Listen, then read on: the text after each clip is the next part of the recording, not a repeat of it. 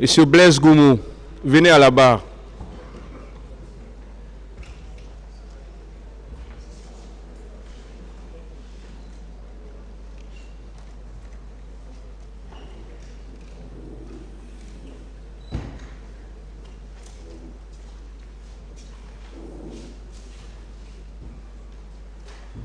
Asseyez-vous. Asseyez-vous. À moins que vous ne vouliez vous arrêter. Hein. Voilà. Vous êtes libre de choisir si vous voulez vous arrêter ou si vous voulez vous asseoir. Monsieur le Président, avec votre permission, moi je voudrais me tenir debout. Faites comme vous le voulez.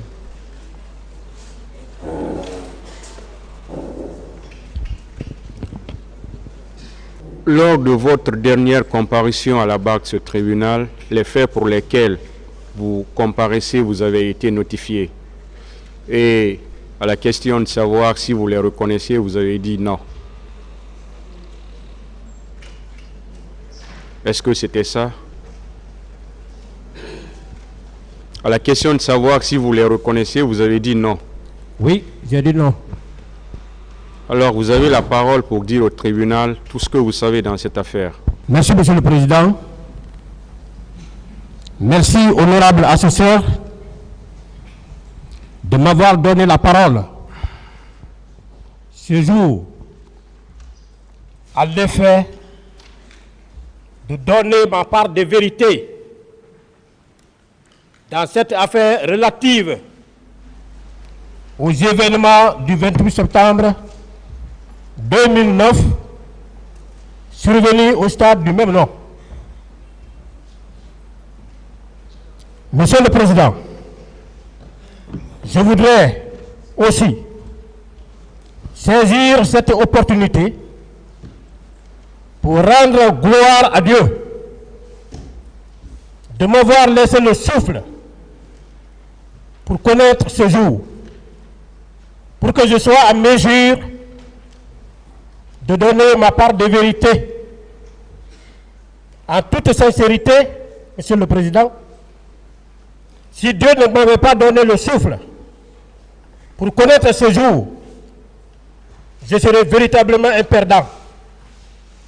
J'aurais laissé mes parents, mes proches, mes chefs, mes amis, en Guinée comme à l'étranger, dans une véritable anxiété. Monsieur le Président, je voudrais aussi remercier mes parents, mes enfants, mes femmes, tous les ressortissants de mon village à Conakry comme à l'intérieur du pays, qui en réalité m'ont remonté le moral.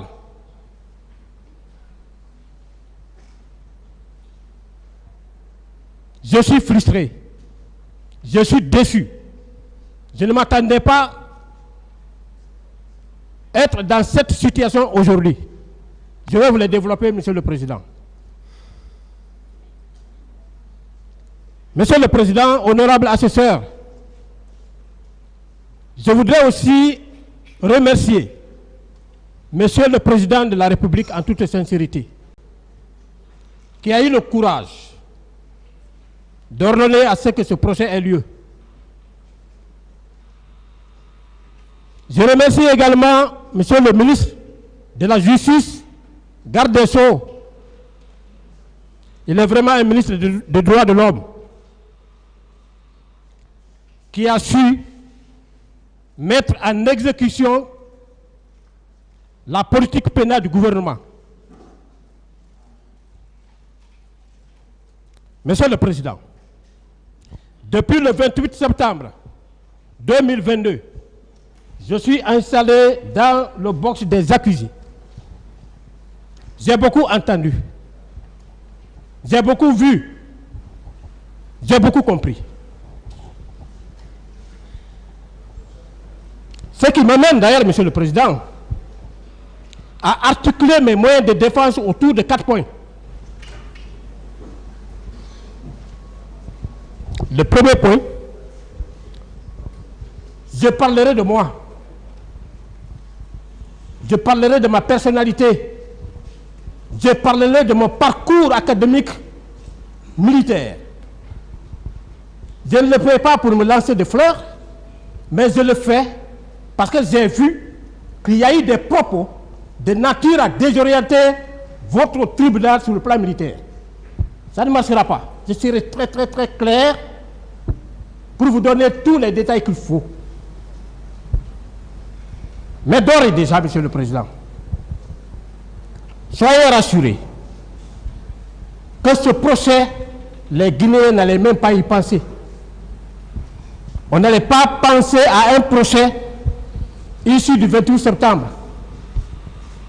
Si le procès là a eu lieu, s'il y a eu des événements graves de nature à aller dans le sens de l'organisation d'un procès pénal, c'est parce que quelque part, il y a d'autres militaires qui n'ont pas su respecter la déontologie, l'éthique qui régissent le fonctionnement de leur corps.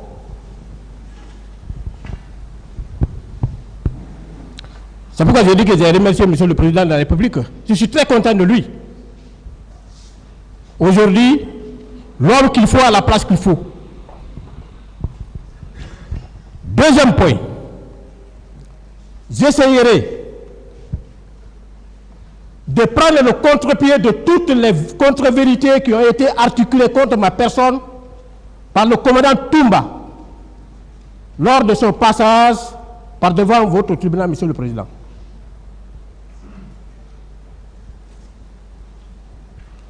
En troisième position, troisième point, je parlerai des événements du 28 septembre. Ce que j'ai pu faire. Quatrième point, le dernier, j'apporterai des discussions sur les infractions à me reprocher qui sont contenues dans l'ordonnance de renvoi qui saisit votre auguste tribunal, Monsieur le Président. On en parlera. C'est aujourd'hui qui est arrivé. C'est aujourd'hui qu'on qualifie le colonel Blaise comme un assassin, comme un meurtrier, comme un complice de viol, comme un bagarreur ayant entraîné des blessures. On en parlera. Comme un voleur à main armée et complice d'un voleur à main armée. Pour le premier point, Monsieur le Président.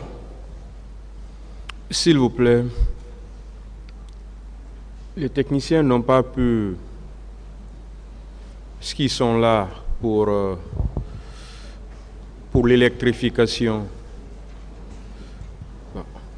Je pense qu'on va suspendre pour un instant en attendant de régler ce problème. Hein. L'audience est suspendue.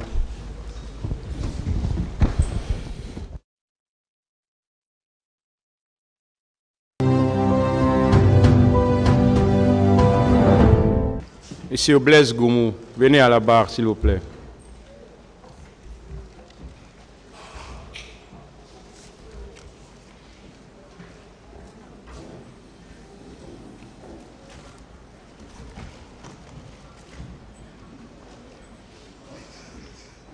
Permettez-moi de vous adresser mes sincères remerciements, mes sincères félicitations à vous et à vos assesseurs. Remerciements par rapport à la dextérité, au professionnalisme, à la compétence, à la sagesse, à la patience avec lesquelles vous êtes en train de conduire ce débat depuis le 28 septembre jusqu'à maintenant. Monsieur le Président, laissez-moi vous dire que vous êtes jeune de corps, mais vieux d'esprit. Et comme le disait un de mes instructeurs, la compétence n'attend pas l'âge. Je voudrais aussi remercier le parquet, même s'il est mon poursuivant, mais tout le monde dit là-bas, je le remercie par rapport à la sagesse, au respect qu'il est en train d'accorder à nous les accusés. Ça m'a beaucoup émerveillé. Même si vous êtes adversaire à quelqu'un, s'il pose de beaux actes, il faut avoir le courage de le remercier, de le féliciter. Encore une fois de plus, merci, monsieur le parquet. Je disais que j'allais parler de moi, de mon parcours.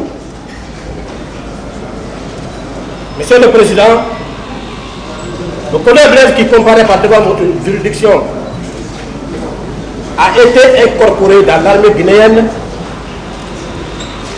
pour compter du 1er janvier de 1993.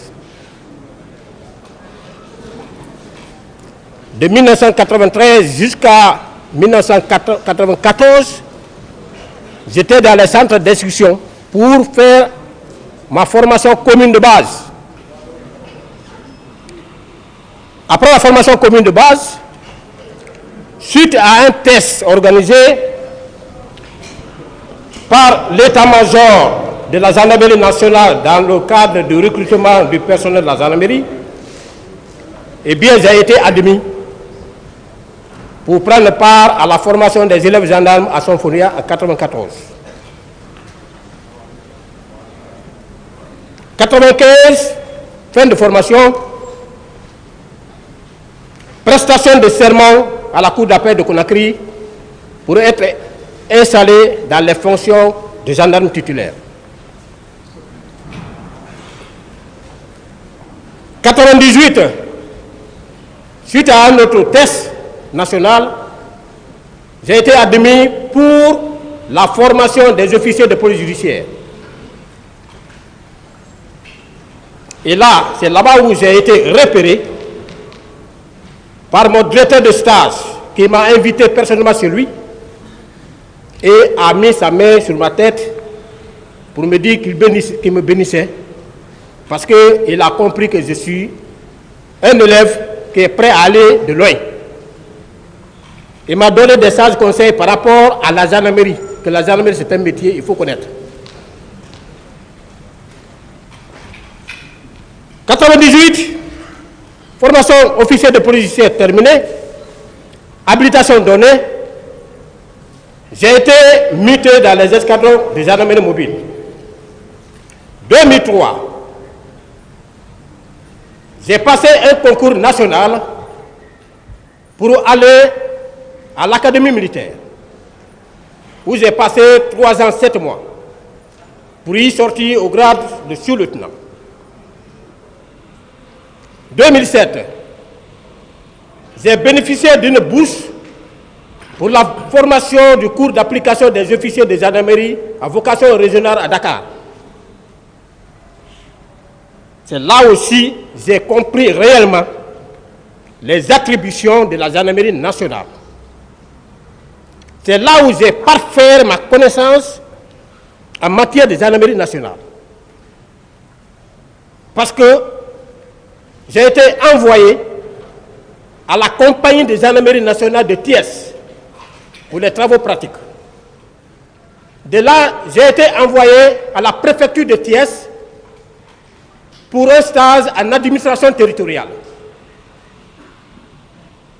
Puis, au tribunal de première instance de Thiès pour mon stage parquet. C'est-à-dire qu'il était question que je sache, en tant que gendarme, quelles sont mes relations de service avec les autorités civiles? Quelles sont mes relations de service avec la justice? C'est dans ce cadre-là que les différents stages pratiques là étaient organisés. Je rentre au pays.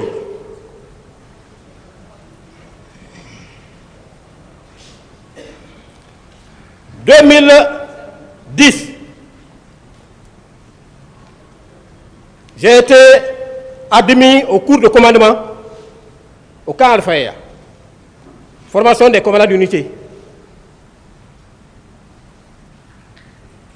À la même année, Monsieur le Président,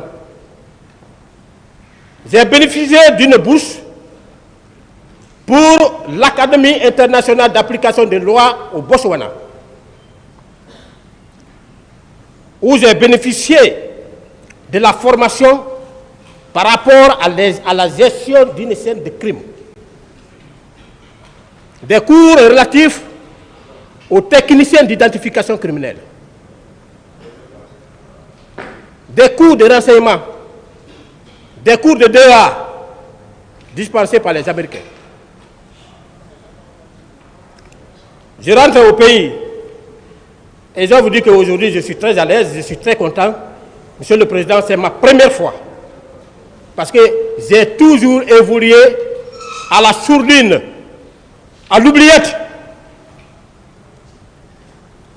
Quand il s'agit de choisir des officiers pour concevoir, n'est-ce pas, des écoles, des thèmes pour la formation des élèves, pour l'évolution de l'état-major, Blaise n'est jamais oublié.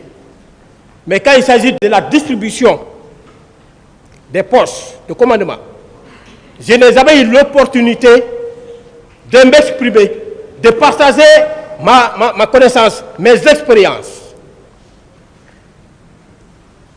C'est pourquoi en 2011, quand le haut commandant a voulu me poster dans des endroits, les gens sont passés par toutes les 1000 manières. Et finalement, j'ai dit au général Badé, je ne veux aucun poste. Il m'entend, il vous dira. Il m'a nommé auprès de lui, cette fois-ci, comme son conseiller personnel, chargé du contrôle de l'exercice de la police judiciaire dans toutes les unités des gendarmeries en Guinée. À ce poste, j'ai quand même prouvé mon expérience. Je l'ai conseillé désormais que tout officier de police judiciaire qui sortait d'une formation devait faire l'objet d'une habilitation de la part du procureur général. Sinon, la procédure que le roi a établie sera entachée de nullité, sera attaquée par les avocats. J'ai cherché à mettre en place, au niveau des brigades de recherche, des fichiers criminels. J'ai produit, j'ai réédité les fichiers à compléter. Fichiers à compléter qui n'ont jamais abouti parce que les procureurs de la République refusaient de faire le retour après toute condamnation. J'ai laissé tomber. 2015, je suis allé, on m'a désigné pour la formation de la magistrature militaire. Après la formation, le stage, par décret de Monsieur le Président, j'ai été nommé substitut du procureur au tribunal militaire permanent de Conakry. Monsieur le Président, c'est cette année, 2022, l'année dernière, pour la première fois, que j'ai bénéficié d'un décret me nommant premier chef d'un service. Procureur militaire près du tribunal militaire à formation spéciale de l'Abbé. Vous pouvez vous renseigner les actes déjà que j'ai posés, parce que quand je suis allé, au cours d'un rassemblement général, venu pour que les militaires s'envoient eux-mêmes en prison. J'ai expliqué, j'ai demandé à ce qu'on me mette dans leur emploi de formation. Parce que les militaires, ils ne connaissent pas la loi. Surtout les sous-officiers. Il faut leur expliquer. Il faut vulgariser le code de justice militaire. Voilà, Monsieur le Président, de façon très brève, mon parcours académique. Je tiens à le faire. Je vous ai dit que ce n'est pas pour me lancer des fleurs, mais je tiens à le faire parce que je vais arriver à des points où la nécessité d'éclairer la religion de votre tribunal va se poser. Je le fais non seulement pour votre tribunal, mais je le ferai pour ma propre crédibilité. Vous allez oublier, en 2018, ça c'était la dernière formation,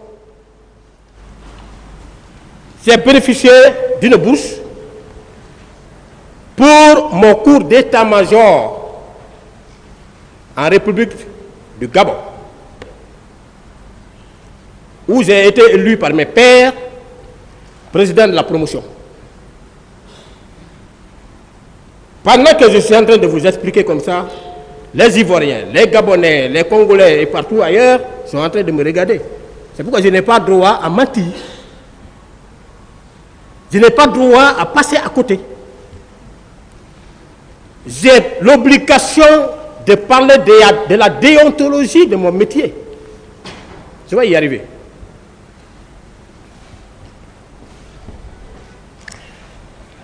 Deuxième point. Je vais vous parler parce que, comme on a l'habitude de dire, l'avocat ne représente pas le client, mais il assiste. Je vais intervertir un peu l'autre. Deuxième point, je vais vous parler des événements du 28 septembre.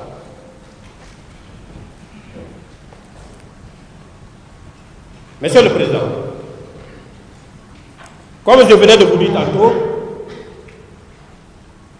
je n'ai jamais fait la cour à un poste. Je n'ai jamais demandé à un chef de me nommer à tel ou tel poste. Depuis la formation commune de base, il m'a été enseigné, pendant que j'étais encore bleu dans l'armée, qu'il n'y a pas de volontariat dans l'armée. Si je voulais faire la course au poste, aujourd'hui, peut-être que je ne serais pas à ce poste, là où je suis à l'armée. Parce que, à commencer par le ministère de la Défense, jusqu'au chef d'état-major particulier, tout le monde me connaît. Il n'y a pas quelqu'un là-bas qui va dire qu'il ne connaît pas Blaise. Je suis promotionnaire à certains et élève à d'autres. Donc, par note de service, parce que quand le CNDD est venu au pouvoir, le colonel Thieboro a été nommé secrétaire d'État à la présidence, chargé des services spéciaux, de la lutte contre la drogue et du grand banditisme. C'est un ami. Mais vous pouvez le demander. Je ne suis jamais allé le voir, dire à mon ami, comme on t'a nommé ici, je viens. C'est un homme de principe que vous voyez. On arrivera là-bas. Monsieur le Président, honorable assesseur, le colonel Thieboro, au regard de la mission assignée à son poste, a émis une demande, ou des demandes, parce qu'il y a une première demande qui est partie au niveau de la police, pour demander à ce que des cadres de la police soient mis à la disposition de son service. Il a fait la même correspondance à l'état-major de la gendarmerie pour que des gendarmes soient mis à la disposition de son service. C'est dans ce cadre que, Monsieur le Président, le colonel Blaise qui comparaît par devant votre tribunal a été officiellement désigné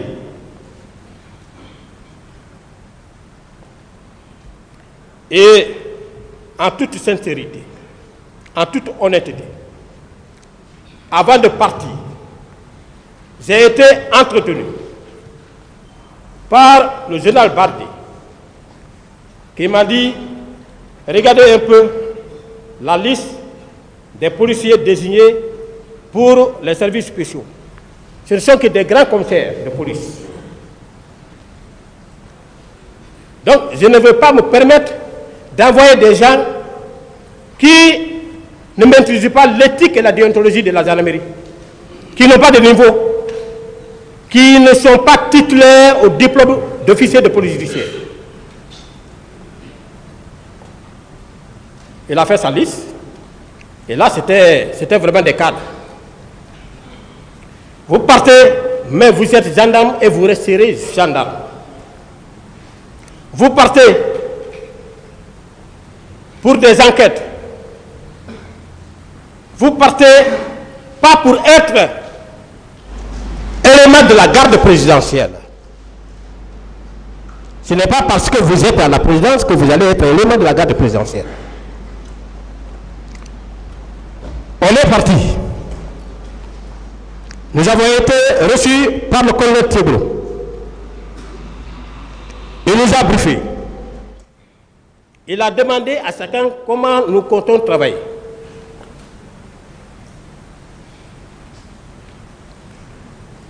On a vu les 3 rubriques. Services spéciaux, lutte contre la drogue, grand banditisme. Chacun a donné son point de vue, évidemment.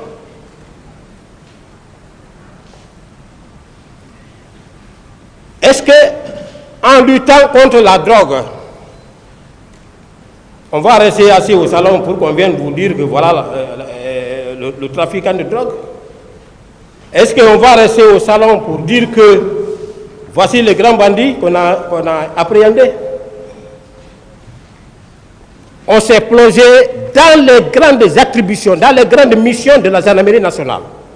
Et comme on avait l'habitude de faire, la gendarmerie nationale a 3 grandes missions, à savoir la police administrative, la police judiciaire et la police militaire. La police administrative, Monsieur le Président, je vais vous dire que c'est celle-là qui s'exécute à 85% des missions de la gendarmerie nationale.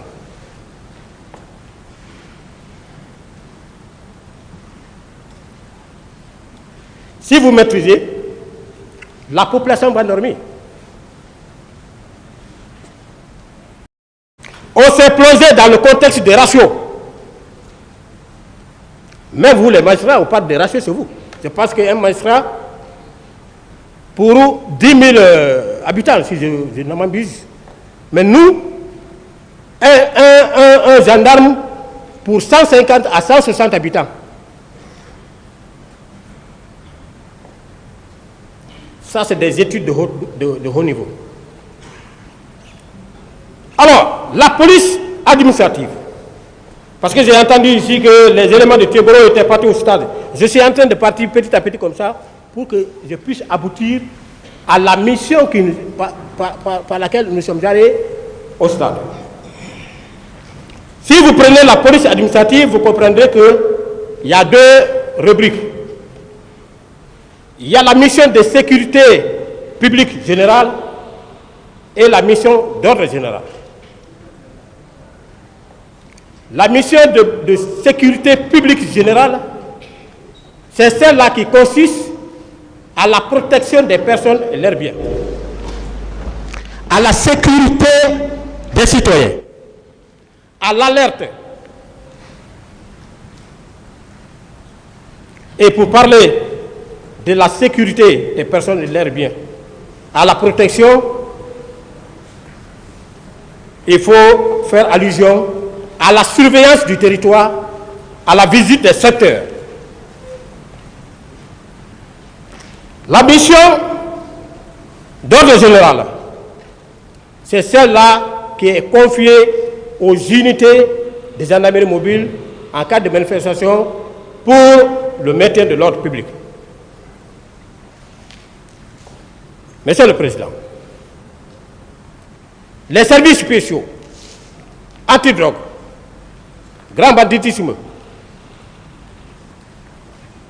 je n'ai jamais vu un service qui a été dans le cœur des citoyens guinéens, comme celui-là. Je n'ai jamais vu un service qui a été applaudi à Conakry ici, comme celui-là, au regard de tous les exploits qu'il faisait sur le terrain. C'est pourquoi j'ai dit que c'est aujourd'hui qu'on nous traite ainsi. Donc, à chaque fois, tous les jours, avant même les événements du 28 septembre, tous les jours que vous connaissez, nous organisions des patrouilles diurnes comme des patrouilles nocturnes. Et puisqu'il y a un adage chez nous, on dit que la présence d'un gendarme dans un lieu fait la sagesse du délinquant.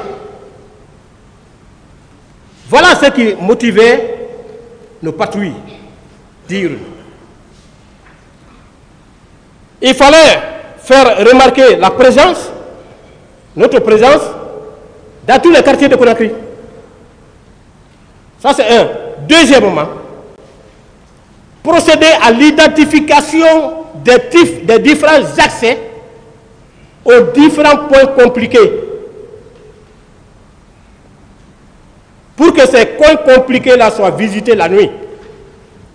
Je veux parler par exemple de la forêt de Kakimbo. Forêt que j'ai visitée, nous avons visité à 1h, 2h, 3h du matin. Et une forêt à l'intérieur de laquelle, pendant nos visites nocturnes, nous avons eu à mettre main sur des personnes armées.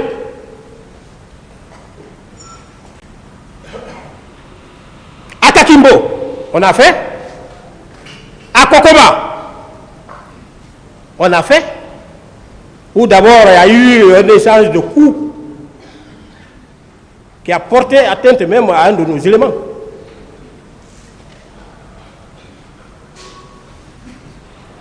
Derrière Amdala, là, comment on appelle un quartier derrière Amdala,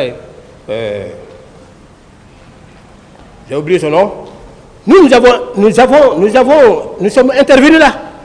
Les bandits sont venus tomber sur cette famille, arracher tous les biens. Et malheureusement pour eux, ce jour-là, ils n'étaient pas venus avec les véhicules. Ils ont enlevé tout, mettre à côté. Heureusement, il y avait un enfant là-bas, très intelligent. Cet enfant est allé rentrer dans le lit de son papa. Il a appelé son oncle. Teboro avait déjà mis à disposition des numéros verts sur lesquels tous les citoyens devaient nous joindre en cas de nécessité. C'est sur le numéro vert là qu'on a été joint et qu'on est intervenu, on est arrivé à temps. La famille a été sauvée. L'opposant Mouktar Diallo, lors d'une de son arrivée de l'étranger, vous savez, au temps de CNDD, ce n'était pas facile. Les gens ont voulu relayer ça autrement. Moi, j'étais en tournée vers, comment on appelle, Bonfi. Je revenais maintenant vers le camp. Tégoro m'a appelé. Mon ami, tu es où? Ah, il paraît que l'opposant arrive, les gens sont en train de mettre des barricades un peu partout. On est venu, on a cortégé. Ce jour-là, le chanteur Eli Kamano était dedans. Il dit ça, c'est les vrais démocrates. On a cortégé Mouktar Diallo de l'aéroport jusqu'à Amdala rond-point, où il a tenu son meeting. Il a fini, il a demandé à ses partisans de rentrer. Ce jour, il nous a serré la main, il nous a félicités. On a fait des interventions un peu partout. C'est ainsi que le 28 septembre, comme à l'accoutumée, nous sommes sortis pour nos patrouilles. Parce que le plus souvent, et moi-même qui vous parle, monsieur le Président, j'en ai été victime à 3 reprises. J'ai remplacé mon pare-brise, moi-même, à Sanforia. Quand il y a mouvement, les gens qui n'ont rien à foutre avec la manifestation, c'est eux-là qui enveniment les choses. C'est pourquoi on vous enseignera. Qu'est-ce qu'un manifestant? Quelles sont les composantes des manifestants? Quelle est l'idée des manifestants? Quelle peut être l'attitude d'un agent par rapport à la gestion d'une manifestation? Donc ce jour, on est sorti, comme à l'accoutumée, on faisait notre patrouille. Moi, j'ai quitté le camp Alpha. Je suis allé à Anko 5. Anko 5, je suis allé vers Lambaye, parce qu'il faut déborder voir est-ce que réellement il n'y a pas autre chose là-bas, parce qu'une fois, à maintes reprises, nous tombions dans des embuscades. Lambagne, entre Lambagne et Nongo aussi, au pont là-bas, les gens barraient toujours. Moi, je suis parti par là-bas, aboutir à Amdalaï. J'ai pris le chemin pour aller vers le stade. Mon ami Tegoul m'a appelé. Il dit, tu vas où? Tu es où? J'ai dit, ah, je suis maintenant sur la Bretagne Amdalaï. Il dit, bon, ok. Moi, je viens là-bas.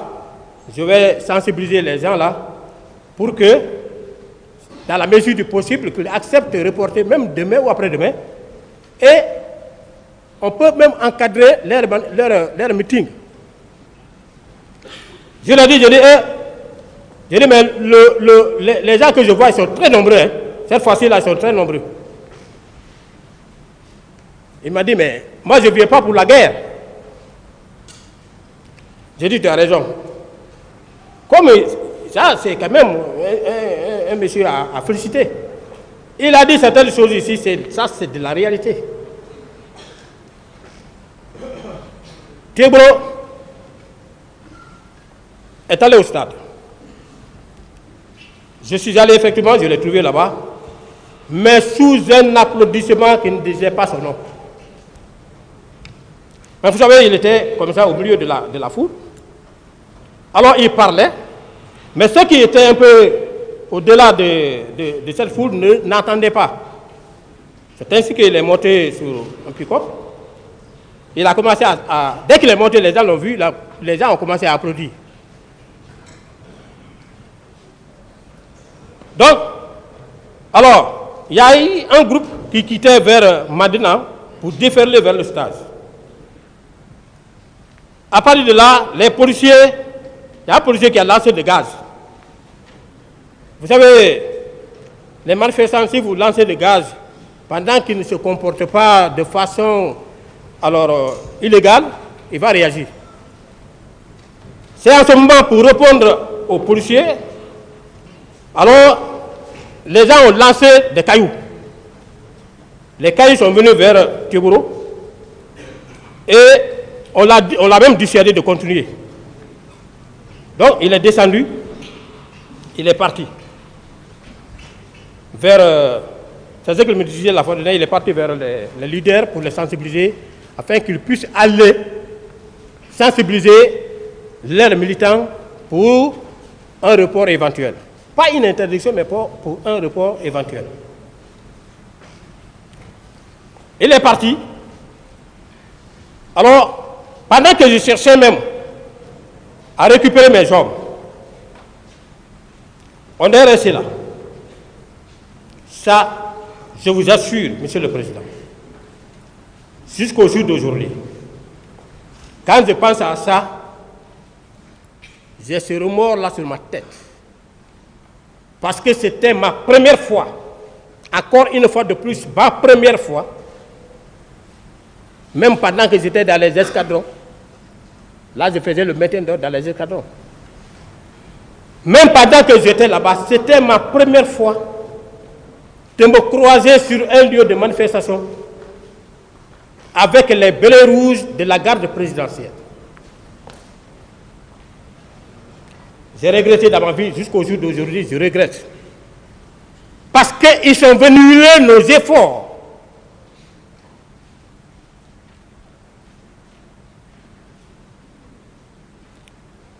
Ils sont venus à bord de 4 ou 5 pick-up comme ça.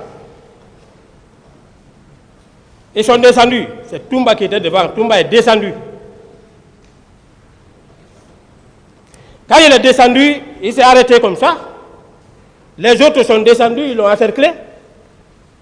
Et il a pris le départ pour l'intérieur du stade en tirant. Nous, on a décroché, on a quitté. On ne pouvait pas y rester. Connaissant Toumba, que je vois là, vous l'avez jamais découvert. Il est en train de parler, il est venu ici, dans son plan d'intervention, il a misé sur la récitation des versets coraniques pour faire savoir aux gens qu'il est limpide. Monsieur le Président, si vous avez eu la malchance de découvrir Toumba pendant le temps du CNDD, vous l'aurez haï à jamais.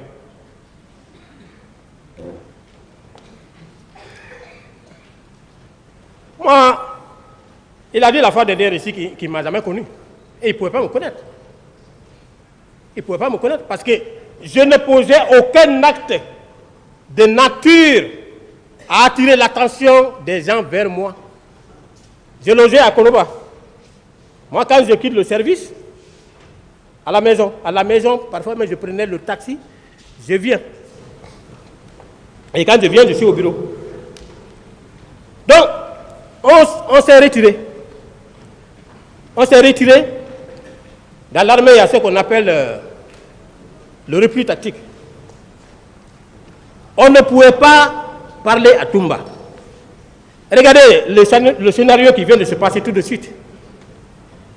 Un président de la République qui va pour inviter son aide de camp. On dit dans l'armée, le subordonné s'adresse à son supérieur avec déférence et le supérieur s'adresse à son subordonné avec correction. Moi, je suis subordonné, je vous salue, vous me regardez. Si le bouton est mal mis, si le béret est mal mis, vous avez l'obligation de me dire, de me corriger, de me rectifier dans mon habillement. C'est ce que le capitaine a voulu faire, vous avez entendu? Simple correction, un coup de feu. Simple correction, un coup de feu. Et puisque nous étions ces adversaires potentiels que je vais développer dans le troisième point,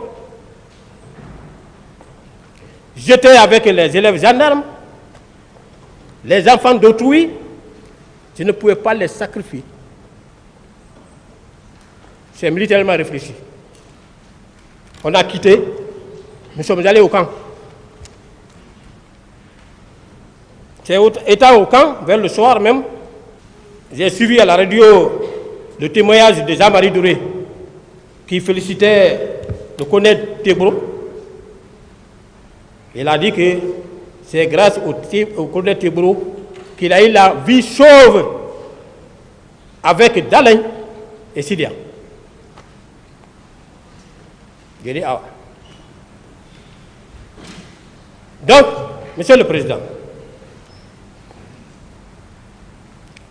c'est après aussi à la radio que j'ai entendu que le commissariat de police de Bellevue a été incendié, ainsi que celui de Dixine.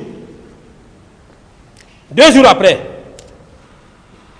nous avons reçu au siège là-bas, c'était ma première fois même de prendre contact avec cette radio, parce que je n'avais jamais entendu, la France 3, qui est venue avec un barge, qui a demandé à Tibro de désigner des gens pour aller visiter les différents sites, parce qu'on avait découvert les précurseurs dans le cadre de la fabrication des drogues qui étaient stockés à Donéa, à Kissoso, à Gbessiaport 1 et 2, et en même temps procéder au constat de ce qui s'est passé.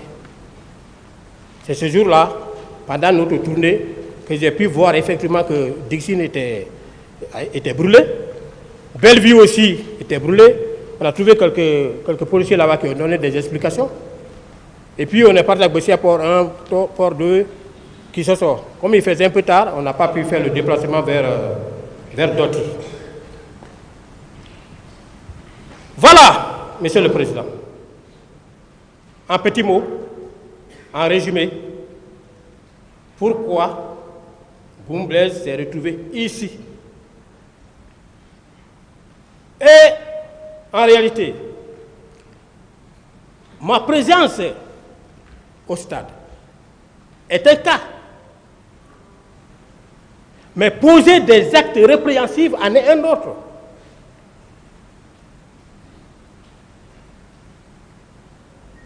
Puisque le ministère public a estimé que,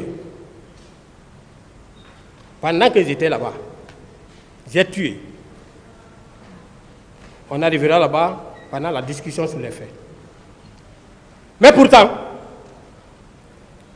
ceux avec lesquels je suis sorti, Monsieur le Président, les deux autres, parce qu'on est sorti à bord de 3 pick-up, les deux autres sont considérés comme des témoins et sont dehors.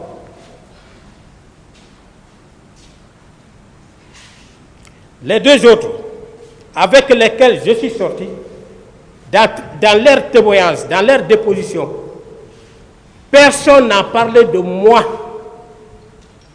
dans le mauvais sens. Personne. Personne. Personne n'a dit que quand on s'est retrouvé à Blaise à faire ça, non, je n'ai vu. C'est pourquoi pendant mon interrogatoire devant le juge d'instruction, je l'ai dit, j'ai dit, monsieur le juge, vous me signifiez des faits, est-ce que vous avez des preuves? Non, bon, il n'y a pas, pour le moment, vous allez faire ça devant. Qui a dit que j'ai fait ceci, j'ai fait cela? Ah, c'est les gens qui ont dit ça.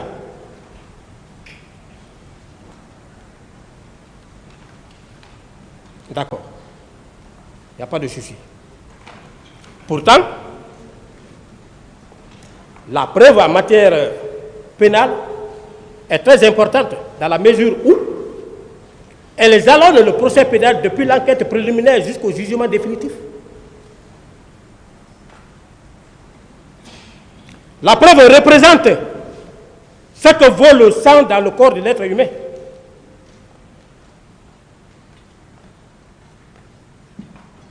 Et je vais vous dire une chose. Le juge d'instruction lui-même, il me connaissait. Franchement, il a dit que, comme c'est un mouvement, bon. Le procureur général aussi me connaissait. Il m'a connu pendant que c'était sous-officier. Je sais ce qu'il m'a dit. Mais maintenant que nous sommes ici, je pense que tout va être un peu clair. Si j'ai fait quelque chose, eh bien, on va me le notifier, on va débattre devant vous, parce que la dernière instruction, c'est ici. La dernière instruction, c'est ici. Voilà. Donc, si j'ai pris la parole, c'était par rapport à ça. Troisième point, c'est par rapport à ma réplique contre les différentes contre-vérités articulées contre moi par le commandant Touba. Il a dit que le CNDD a procédé à un recrutement des recrues qui étaient à Kalia. Il a dit que c'est le colonel Bienvenu qui était le directeur, Jean-Louis, directeur adjoint, colonel Blaise, le formateur principal. Et que lui, il rendait compte au fur et à mesure de l'évolution du programme au capitaine Moussa Dadis Camara, président. Monsieur le Président, en toute sincérité, c'est à la maison centrale ici que le capitaine Moussa Dadis, le président Dadis, a fait ma connaissance, m'a découvert. À la maison centrale ici. Et vous savez, c'était à quelle occasion? À quelle occasion? Vous savez, mais moi, j'aime toujours échanger avec les gens. J'aime partager mon savoir pour ne pas que j'oublie. C'est quand je leur dis que j'ai fait mon cours d'état-major au Gabon, voyant que dans leur promotion, ce sont les meilleurs qui partaient au Gabon. Il était assis là-bas, il s'est levé. Il est venu, il m'a serré la main. Que vous êtes un grand monsieur. Mais où vous étiez pendant le CNDD? Je ne vous ai pas découvert à temps où vous étiez. Je dis, mais moi j'étais à l'antidrogue. C'est ici à la maison centrale que le colonel Pivi a fait ma connaissance. C'est ici à la maison centrale que le colonel Diaby a fait ma connaissance. Quelqu'un qui est délinquant, quelqu'un qui est meurtrier, quelqu'un qui est violeur, quelqu'un qui est voleur, on peut le découvrir à temps. Monsieur le Président, on ne peut pas rendre compte à un chef qui ne te connaît pas. On ne peut pas. 2009, je n'étais pas instructeur à Caléa. 2009, j'étais à l'antidrogue. Il a ajouté que nous, Colonel Blaise, faisait partie des proches de Dadis et que le 27 même, chacun de nous avait un pick-up neuf. De grâce. Vous demanderez, monsieur le procureur, parce que vous avez sous vos responsabilités les officiers de police judiciaire. Le haut commandant est là, vous pouvez vous renseigner auprès de lui. Qui est Colonel Blaise? Qui l'a été?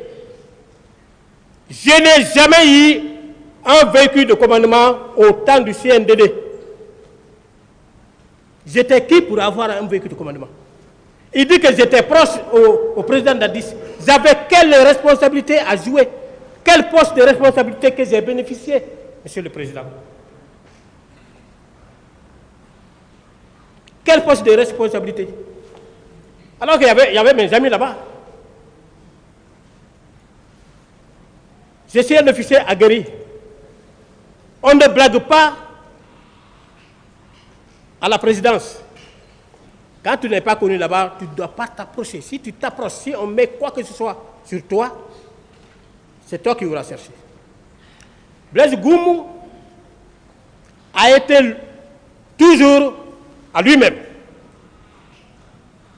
Puisque moi, je n'avais pas de soutien, parce que quand on n'a pas de soutien, pour te faire pousser un peu devant, pour faire ta promotion, c'est difficile.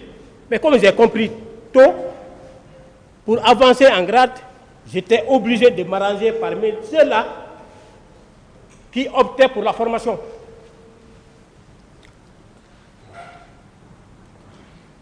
J'ai eu un logement? Non. Alors, Toumba qui dit qu'il n'était pas proche de Dadis après 3 mois, il a eu un poste de responsabilité. Je n'ai pas eu. Il a eu des véhicules. Je n'ai pas eu. Il a eu de l'argent. Je n'ai pas eu. Entre nous deux, qui peut s'estimer heureux? Qui peut s'estimer bénéficier de ce pouvoir? Monsieur le Président. Aide de camp du Président de la République. Aide de camp du Président de la République.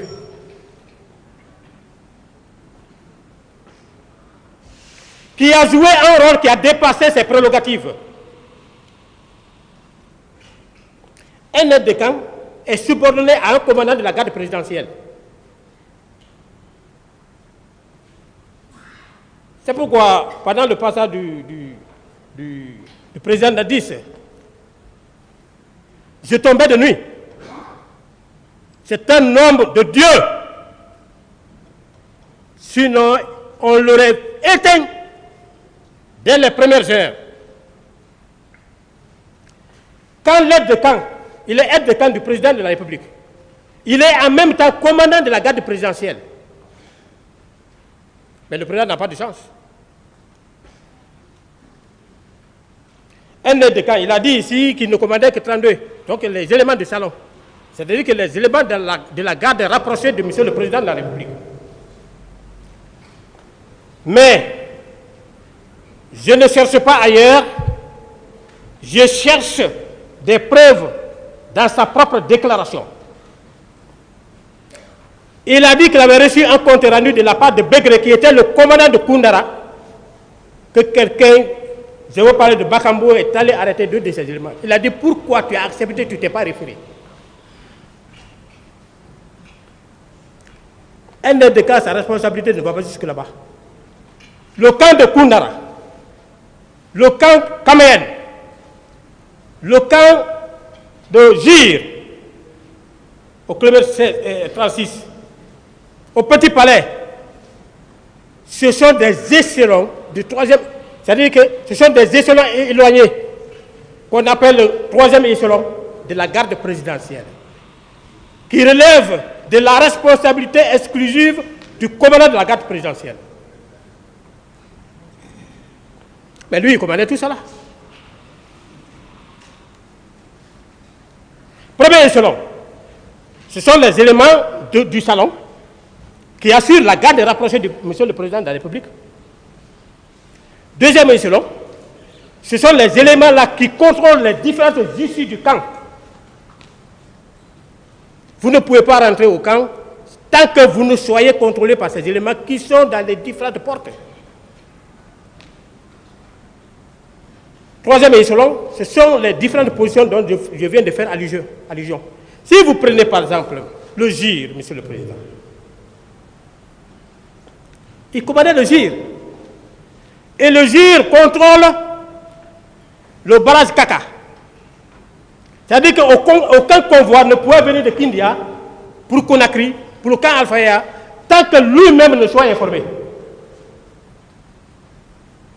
Le GIR, il contrôle le barrage 66 sur la route de Forêt-Caria. Aucun détachement ne pouvait venir de là sans qu'ils ne soient informés. Et si leur présence échappe au contrôle de ces éléments, mais pour accéder au camp. Monsieur le Président, Toumba a dit qu'il est venu au stade à la recherche du président. Il a cherché à distraire, à faire par-ci, par-là. Mais ça, c'est des pures contre-vérités. Cet argument ne peut pas justifier sa présence là-bas ce jour. Je vais vous dire pourquoi. Le rôle d'un aide de camp. Un aide de camp est cet officier aguerri qui suit le président de la République dans tous ses déplacements à caractère militaire ou civil, à caractère privé ou public, à l'intérieur du pays comme à l'étranger, et doit loger dans une chambre qui soit à proximité de celle du président de la République. Il assure le confort de M. le Président de la République. Il constitue la mémoire, les oreilles, les yeux de M. le Président de la République. C'est en réalité, c'est un monsieur qui ne peut jamais échapper en aucun mouvement, à aucun moment du monde, le mouvement du président de la République. Il a dit qu'il a dissuadé le président à ne pas se rendre au stade. Alors le président est rentré. Et lui aussi, il est rentré. Qui l'a informé que le président est sorti? En tant qu'aide de camp. Le président a dit qu'il avait mis au-dessus de tout le monde, par mesure de confiance. Alors que le poste qu'il occupait, il ne méritait pas. Parce qu'à la prise du pouvoir, c'était un simple sergent. C'était un simple sergent. Un sergent qu'on bombarde avec le grade de lieutenant. Et nous, pour y parvenir, parce qu'à la prise du pouvoir, moi j'étais lieutenant. Mais j'avais mon diplôme. Mes 2 diplômes. Le premier diplôme qui m'a permis d'avoir le grade de sous-lieutenant. Deuxième diplôme que j'ai cherché pendant une année en dehors de notre territoire national m'a permis d'accéder au 2e galop.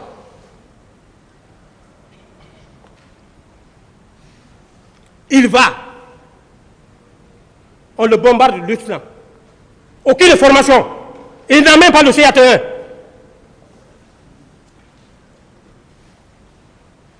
Pas de CAT1. C'est ce qui nous mène dans ce pétrin-là aujourd'hui. C'est ce qui nous mène dans ce pétrin-là aujourd'hui. Après, les gens commencent à dire que oui, les éléments de Tchoukourou. Mais combien de fois, combien d'années? Moi, j'ai quitté Amdalaï jusqu'au stade. Il y a eu combien de morts? Ça, c'est ma profession. Je la maîtrise. Vous avez suivi avec intérêt, avec la plus grande attention, dans cette salle, la déclaration même de nos chefs qui ont dit que la déontologie de l'armée l'interdit tout contact avec les civils pendant les manifestations. Mais qu'est-ce qui est plus clair que ça? Qui l'a envoyé là-bas? Il n'a qu'à nous dire la vérité. Quand il fut bombardé par des questions de la part de la partie civile, de la part du ministère public, il a changé de veste. Il a dit non, bon, j'étais allé, comme je n'ai pas vu le président, alors il fallait sécuriser les leaders. Les leaders étaient en insécurité. Il n'a qu'à expliquer sous quelle menace étaient placés les leaders.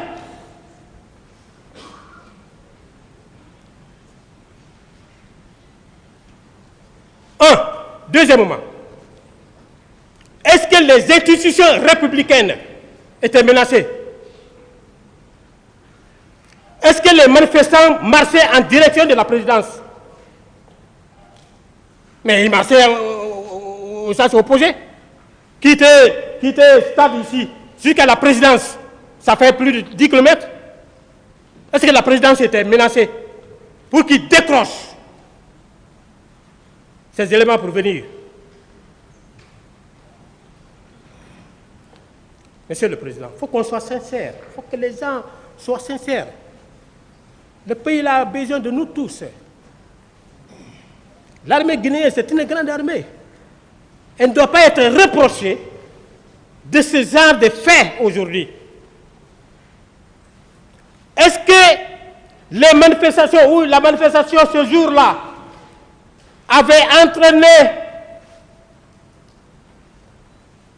ou avait poussé le président de la République à prendre un décret pour instituer l'état de siège? D'ailleurs, lui-même ne connaît même pas l'état de siège. L'état de siège, même si l'état de siège était décrété, ce n'est pas à lui d'exécuter cette mesure.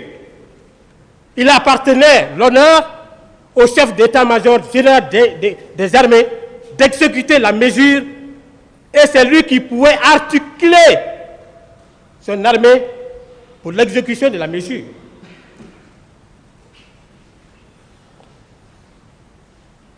Vous laissez le président qui est en train de se reposer là-bas, vous venez.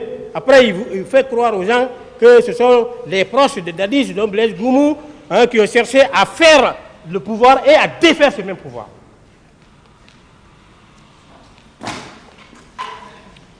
Monsieur le Président, il a dit, moi, en toute sincérité, Dieu est avec nous. Dieu est avec nous. Et c'est bon d'étudier. On n'étudie pas pour son papa. Comme disait ma maman, tu n'étudies pas pour moi, hein, mais tu étudies pour toi. J'ai compris aujourd'hui. Toumba va nous dire qu'à la présidence, pour éviter tout élément étranger, il faut que tout le monde porte les bleus rouges.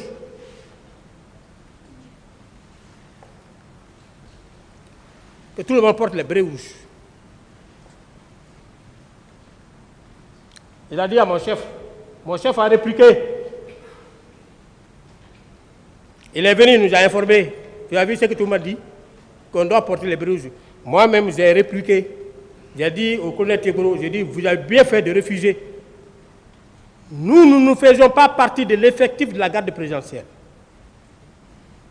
Notre mission, c'est une mission de la police judiciaire.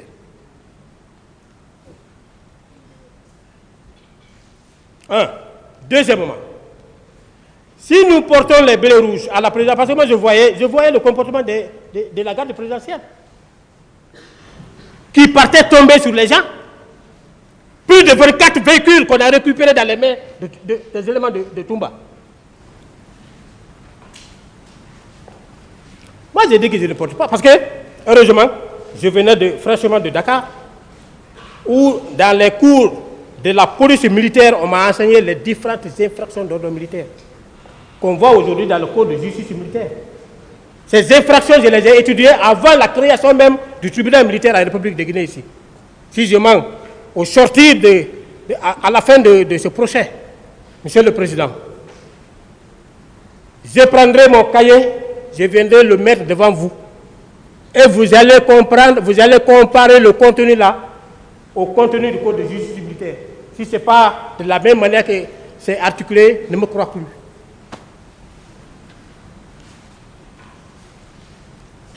Donc, je dis, on ne peut pas le faire. Et même les infractions là, en 98, le code pénal de 98, et si vous voyez à l'annexe, c'est répertorié, les infractions d'ordre militaire sont répertoriées là.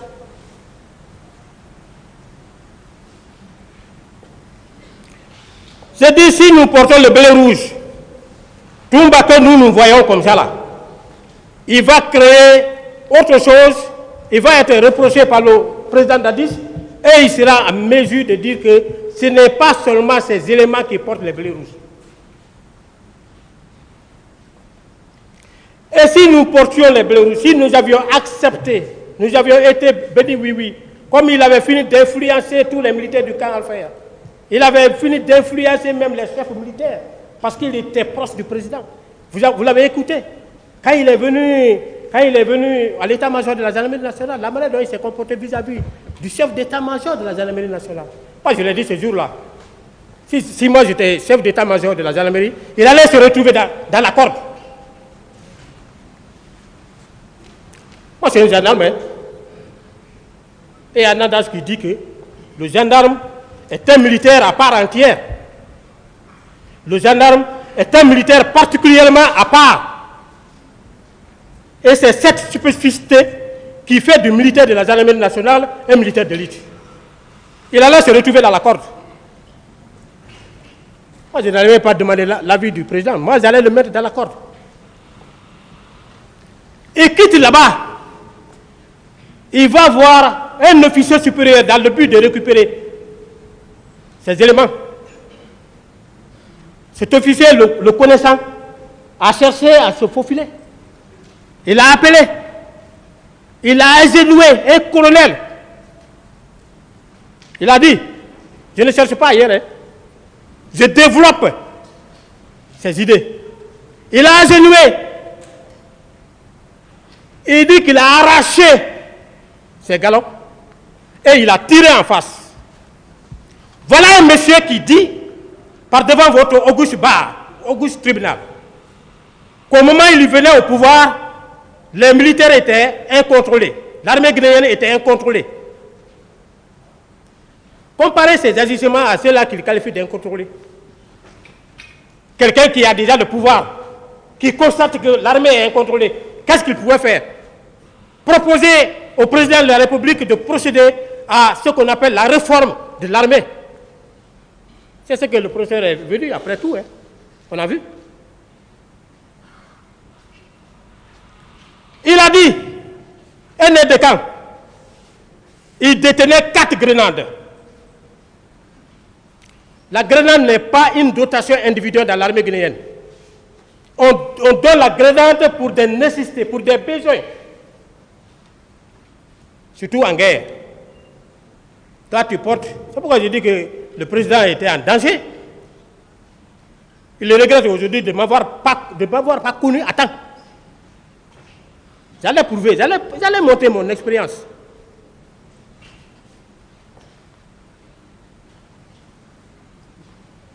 Quatre grenades. Il fait quoi avec? Voilà. Si c'était un officier, académicien, vous pensez qu'il allait prendre la responsabilité sur lui de se comporter de la sorte? Non. Si on portait les blés rouges aujourd'hui, Monsieur le Président, quelle que soit ma probité morale, quelle que soit la confiance que mes chefs ont en moi, je serai dans la difficulté de m'exprimer parce qu'il aurait dit que ce n'est pas lui seul qui portait les bleus rouges. Monsieur le Président, vous avez interrogé plusieurs personnes ici qui sont venus dire que les éléments du Tigboro portaient les bérets verts.